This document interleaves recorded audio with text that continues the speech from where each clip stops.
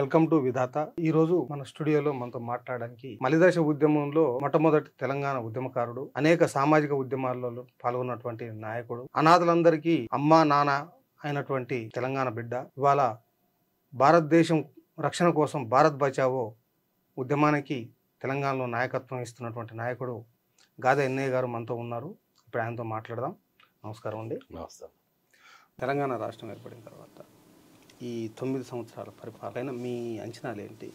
ఎట్లా జరుగుతూ వచ్చింది? తెలంగాణ రాష్ట్ర ఆవిర్భావం అనేది ఒక ఉద్యమ ఆకాంక్షలతోటి, అనన్య త్యాగాలతోటి, పురుటి నొప్పులతోటి తెలంగాణ రాష్ట్ర ఆవిర్భావం అనేది జరిగింది. తెలంగాణ 4 కోట్ల ప్రజల ఆకాంక్ష ఏదైతే ఉందో దాన్ని 2014 జూన్లో ప్రారంభమైనటువంటి తెలంగాణ రాష్ట్ర ప్రభుత్వం పూర్తిగా విఫలమైందనేది నా అభిప్రాయం. 2014 ఆ రోజు ఆ ప్రభుత్వం ఏర్పడ్డ తర్వాత దాదాపుగా, ఎందుకంటే కేసీఆర్, వాస్తవంగా చెప్పాలంటే కేసీఆర్ అనే పదం కంటే ఎక్కువగా నేను ఎప్పుడు శేఖర్ అన్న అనే అది.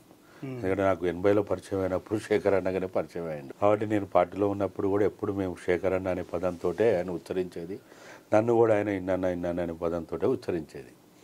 ఈ రకంగా మా ఇద్దరి మధ్య ఉన్నటువంటి ఆ స్నేహితంతో రాష్ట్ర ఆవిర్భావం జరిగిన తర్వాత నేను పరోక్షంగా చాలా ప్రయత్నాలు చేసిన. ఏ విద్య కోసం అయితే, ఏ వైద్య రంగానైతే, ఏ ఉపాధి రంగాన్ని, యాక్చువల్గా చెప్పాలంటే నీళ్లు నిధులు నియామకాలు అనేవి తెలంగాణ ట్యాగ్ లైన్ కాదు. అనవసరంగా ఇప్పుడు దాన్ని ట్యాగ్ లైన్ చేసి చర్చ చేస్తున్నారు. కానీ 2000 సంవత్సరంలో నేను కేసీఆర్ మాట్లాడుకున్నప్పుడు రాష్ట్ర ఆవిష్కరణ ఎట్లా చేయాలని, రాష్ట్రాల్లో ఎట్లా మార్పులు తీసుకురావాలన్నప్పుడు విద్యారంగంలో సమూలమైన మార్పులు తీసుకురావాలి, వైద్య రంగంలో సమూలమైన మార్పులు తీసుకురావాలి, ఉపాధి రంగాన్ని చట్టబద్ధం చేసి నియంత్రణ చేసి రక్షణతో కూడిన ఉపాధి రంగం ఉండాలి. 4వది తెలంగాణ సంపద ఏదైతే తెలంగాణ భూభాగం టెరిటరీలో ఉన్నదో, అటవీ సంపద అయినా, భూ సంపద అయినా, జల సంపద అయినా, ఖనిజ సంపద అయినా, మానవ సంపద అయినా, భూగర్భ ఖనిజ సంపద అయినా,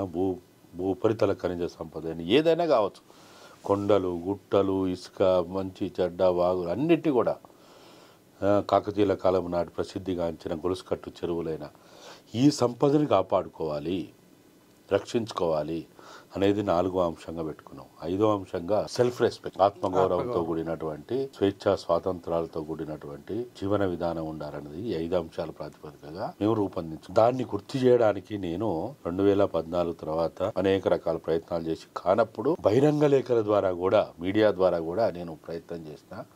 అవి పుస్తకాల రూపంలో కూడా ఇచ్చి కూడా పంచడం జరిగింది. ఈ విధంగా ఏదైతే మొదటి నుంచి కూడా కాళేశ్వరం ప్రారంభమైనప్పటి నుంచి కూడా మొదలుకుంటే తెలంగాణ ఉద్యమానికి ఒక అడ్డాగా మారినటువంటి ధర్నా చౌక్ని ఎత్తివేత ఆంక్షలు, నిషేధ ఆంక్షలు పెట్టినప్పుడు కూడా మేము దాని మీద చర్చ చేయడం, దాని మీద ఉద్యమం చేయడం, అప్పటి నుంచే దీని మీద ఎప్పటికప్పుడు సలహాలు, సూచనలు, కొన్ని సందర్భాల్లో నిరసన, ప్రతిఘటన ఇట్లా చేసుకుంటూ రావడం జరిగింది. అయితే ఈ 9.5 సంవత్సరాల పాలనలు మొత్తంగా చూసిన తర్వాత కొన్ని శతాబ్దాల కాలంలో కూడా తెలంగాణ సమాజం ఇంత నష్టపోలేదు. ఏదైతే తెలంగాణ నిర్మాణానికి సంబంధించి మీరైతే పెట్టినటువంటి ఎజెండా ఉందో ఆ ఎజెండా అమలు కావట్లేదు, నిరసన రూపంలో తెలిపాను అంటున్నారు. అసలు ఎక్కడ కాలేదు? ఇప్పుడు మనం చెప్పుకున్న 5 అంశాలు, ఆత్మగౌరవం అనేది చాలా ప్రధానమైనది. ఆత్మగౌరవంతో బతకాలనుకుంటాడు కానీ ప్రతి మనిషి బిచ్చగాను చేయండి, మమ్మల్ని మాకు ఇంత బిచ్చమేయండి, మాకు 3,000 పెన్షన్ ఇవ్వండి, 4,000 పెన్షన్ ఇవ్వండి, లేకపోతే పలాన్ చేయండి అని తెలంగాణ సమాజం తల ఎత్తుకొని బతికే సమాజం కానీ తల దించుకొని బతికేది, దెయ్యాన్ని చాచే చేయి కాదు ఇది. మనము నిజాం కాలంలో ఇతర దేశాలకు అప్పులు ఇచ్చినాం, మనం ఇతర దేశాలకు అప్పులు ఇచ్చినాం, రాష్ట్రాలకు కాదు, సంస్థానాలకు కాదు, ఇతర దేశాలకు అప్పులు ఇచ్చినటువంటి గడ్డ ఇది. ఆ గడ్డ ఎప్పుడు కూడా దెయ్యాన్ని బతికేటువంటి, తలదించుకొని బతికేటువంటి, ఆత్మగౌరవాన్ని కోల్పోయి బతికే సమాజం కాదు తెలంగాణ సమాజం. భారతదేశానికి భూమి ముక్తి విముక్తి పోరాటాన్ని నేర్పిన గడ్డ ఇది, జాతుల పోరాటాన్ని నేర్పిన గడ్డ ఇది, రాష్ట్రాల ఏర్పాటును ఆవిష్కరించిన గడ్డ ఇది. మరి ఇంత గొప్ప చైతన్యం కలిగినటువంటి ప్రాంతంలో నేను 3,000 పెన్షన్ ఇస్తా, 4,000 పెన్షన్ ఇస్తా, రైతు బంధు ఇస్తా, దళిత బంధు ఇస్తా, లేకపోతే పలాంది ఇస్తా అనే దానికి అంగలార్చుకుంటూ సమాజం లేదు ఇక్కడ. అరే నేను పని చేస్తా, నా చేతులకు పని ఇయ్యి, నా కాళ్ళకు పని ఇయ్యి, నా శరీరానికి పని ఇయ్యి, నా మెదడుకి పని ఇయ్యి అని కోరుకునే సమాజం ఇది. కాటికి కాలు జాపిన ప్రజలు కూడా ఈ ఘర్షణతోటి బతికే సమాజం ఇది. ఇక్కడ ప్రజల్లో జీన్స్ లో అది ఉన్నది. ఇక్కడ ఇవాళ నువ్వు కొత్తగా వచ్చేదో నేను ఆ బంద్ ఇచ్చినా, ఈ బంద్ ఇచ్చినా, ఆ పెన్షన్ ఇచ్చినా, 8 రకాల స్కీములు పెట్టినా అని అంటే ఎవరికి కావాలి? ప్రజలకు కావాల్సింది విద్యారంగంలో సమూలమైన మార్పు రావాలి, వైద్య రంగంలో సమూలమైన మార్పు రావాలి. అరే ఈ చేత్తోటి ఇస్తున్నావు, ఈ చేత్తోటి గుంజుకుంటున్నావు. నువ్వు రైతు బంధు రూపంలో నువ్వేదో ఇచ్చినా అని చెప్తున్నావు. మరి గిట్టుబాటు ధర ఇచ్చినవా?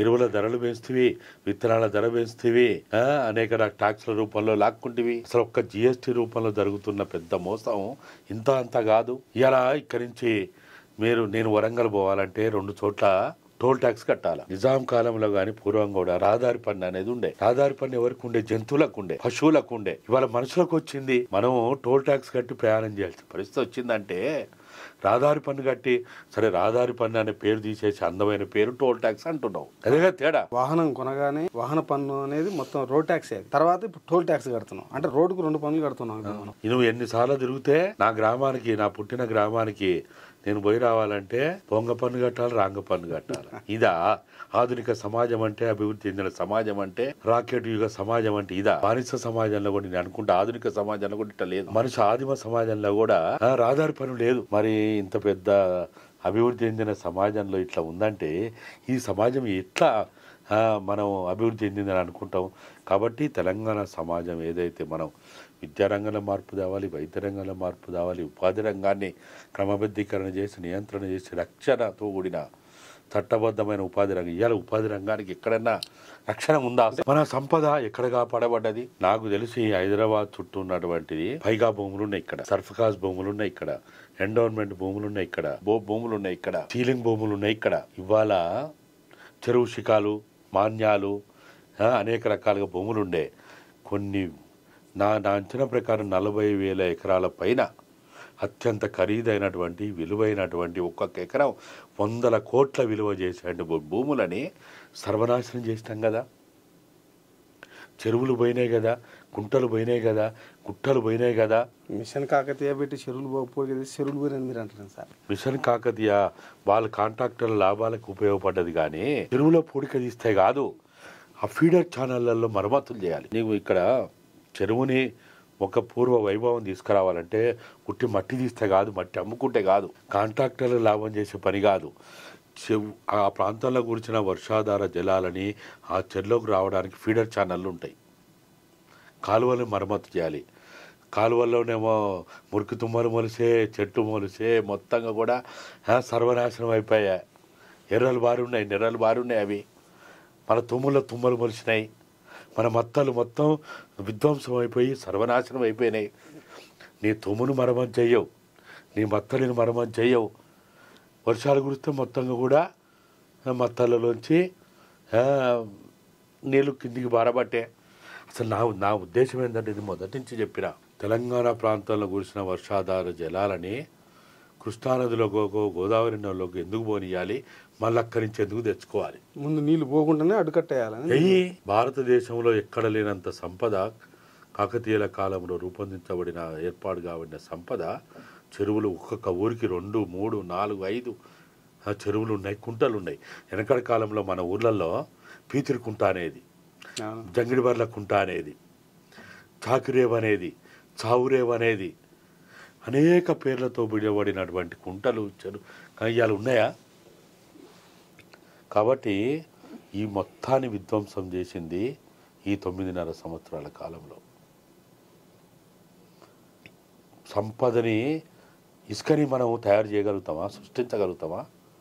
కొండల గుట్టల్ని మనం సృష్టించగలుగుతామా?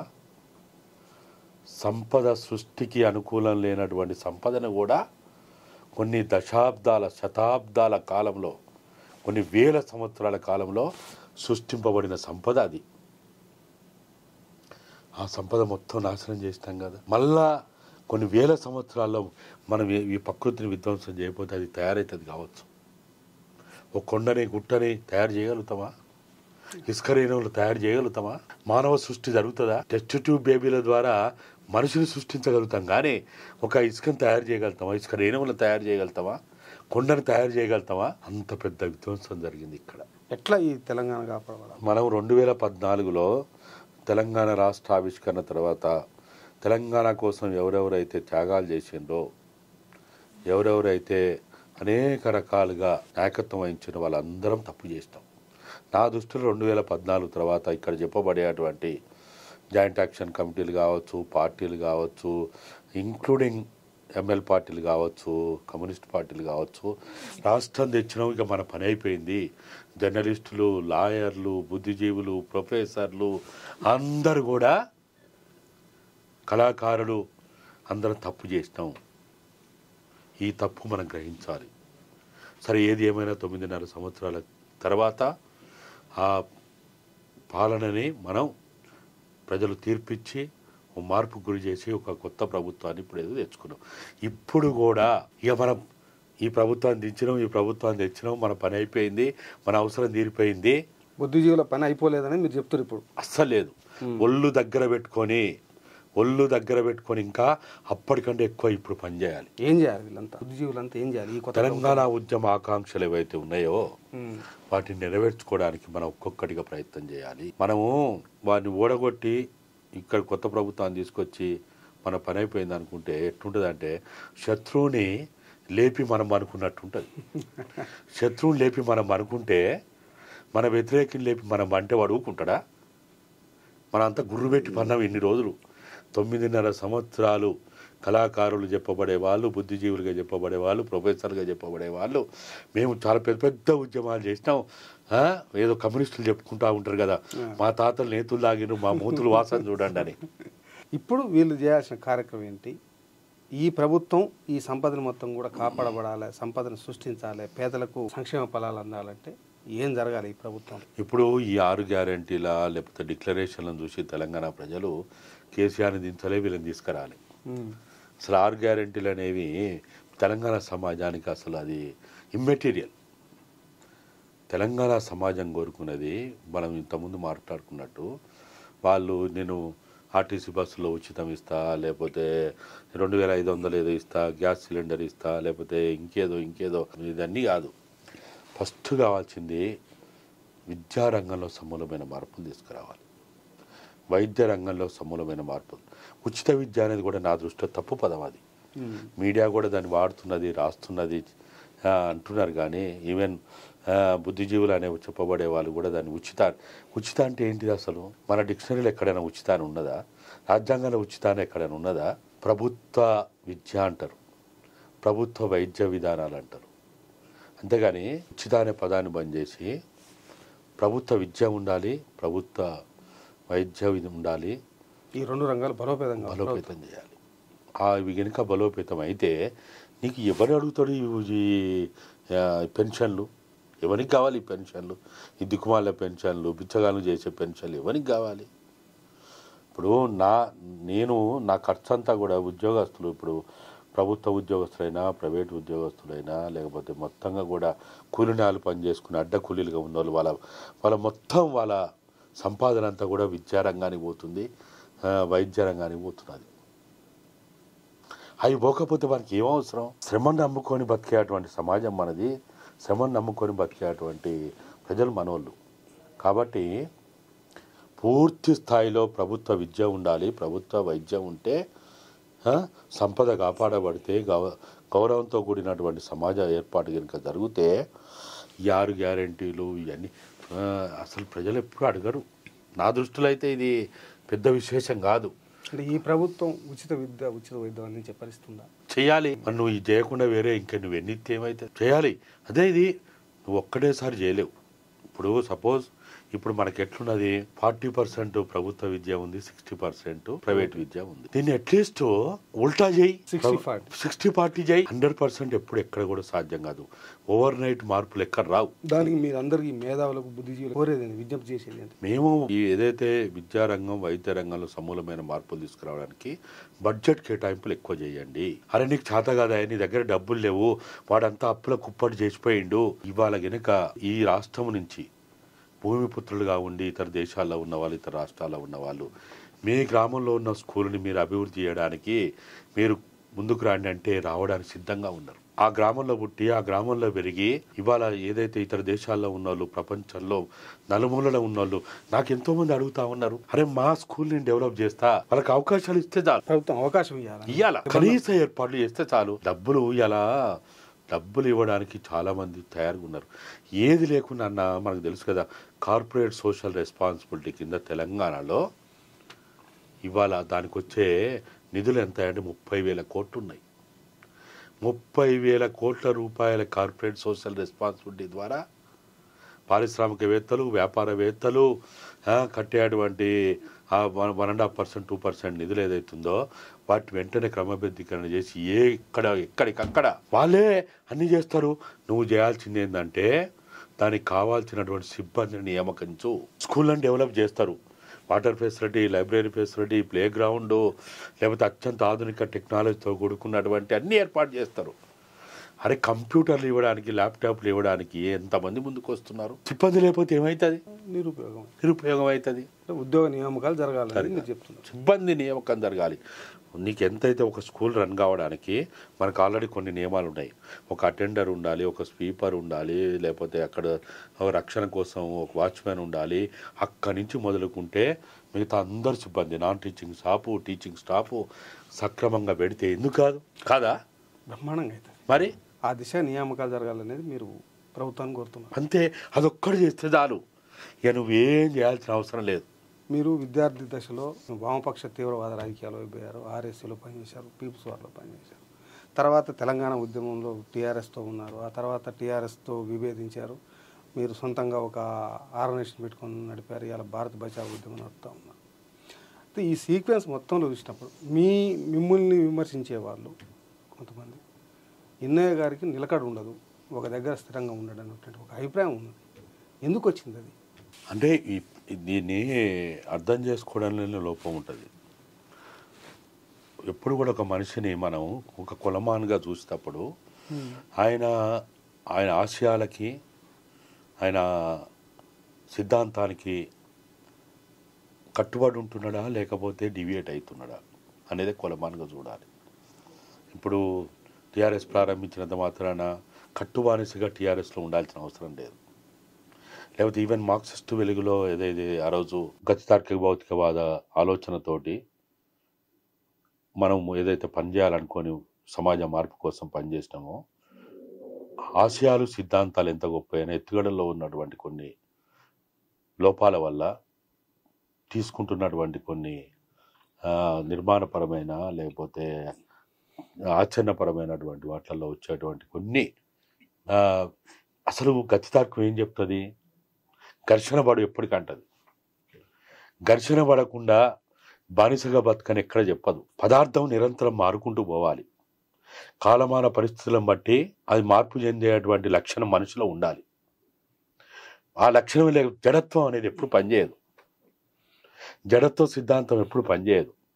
అయితే అతివాదంతో ఉన్నవా, మితవాదంతో ఉన్నవా, పిడివాదంతో ఉన్నవా, భౌతికవాదంతో ఉన్నవా, అవకాశవాదంతో ఉన్నవా, ఇదే కులమానం. ఈ మొత్తంలో జీవితం అనేది ఏ ఆచరణలో ఉందనేదే కులమానం ఉంటుంది. ఇవాళ నేను ఒక దగ్గర పనిచేస్తున్నా అని అంటే ఎప్పటికి ఇంకా కట్టుబాని తప్పు చేసినా ఒప్పు చేసినా అంగీకరించుకుంటూ ఉండమని కాదు. సమాజ మార్పు అనేది అందరికీ ముఖ్యమైనది.